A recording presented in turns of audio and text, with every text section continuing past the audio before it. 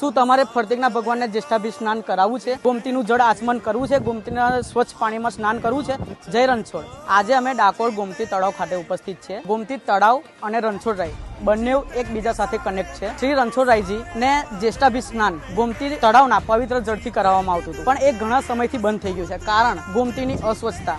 આજે ગોમતીનું પાણી નાહવા લાયક પણ નથી કે આચમન કરવા લાયક પણ નથી. વર્ષો પહેલા ગોમતીના તળાવથી ભગવાનને જ્યેષ્ઠાભિષેક સ્નાન થતું હતું. લોકો અહીંયા સ્નાન કરતા હતા અને એનું આચમન પણ કરતા હતા. શું તમારે ફરતેકના ભગવાનને જ્યેષ્ઠાભિષેક સ્નાન કરાવવું છે? ગોમતીનું જળ આચમન કરવું છે? ગોમતીના સ્વચ્છ પાણીમાં સ્નાન કરવું છે? તો આવો સાથે મળી અને આ કેમ્પેઇનમાં જોડાવો.